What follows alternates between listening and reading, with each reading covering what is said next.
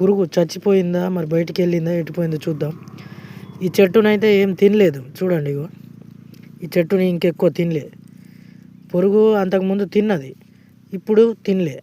ఈ లోపల మొగిల పురుగు చచ్చిపోయి ఉన్నదా లేకుంటే బతికి ఉన్నదా ఏమైంది చూద్దాం, దులుపుదాం.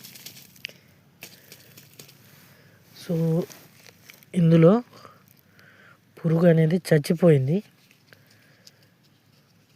ఎందుకంటే దానికి బయటికి రావడానికి తొవ్వ లేదు. ఇసుక పోసేసరికి బయటికి రాకుండా తొవ్వ అనేది మూసుకపోయింది చూడండి. సో అందువల్ల అది అక్కడే చనిపోయింది. ఎండకు చనిపోయి దాని గుడ్లు కూడా చెడిపోయినాయి. గుడ్లు చెడిపోయి ఆ పురుగు రాకుండా అందులోనే ఉండిపోయింది. ఇలా అదుపు చేసిన తర్వాత ఏదైనా పురుగు మందు స్ప్రే చేస్తే మొక్క చెట్టు అనేది ఎదగడానికి మనము ప్రయత్నం చేసిన వాళ్ళం అవుతాం.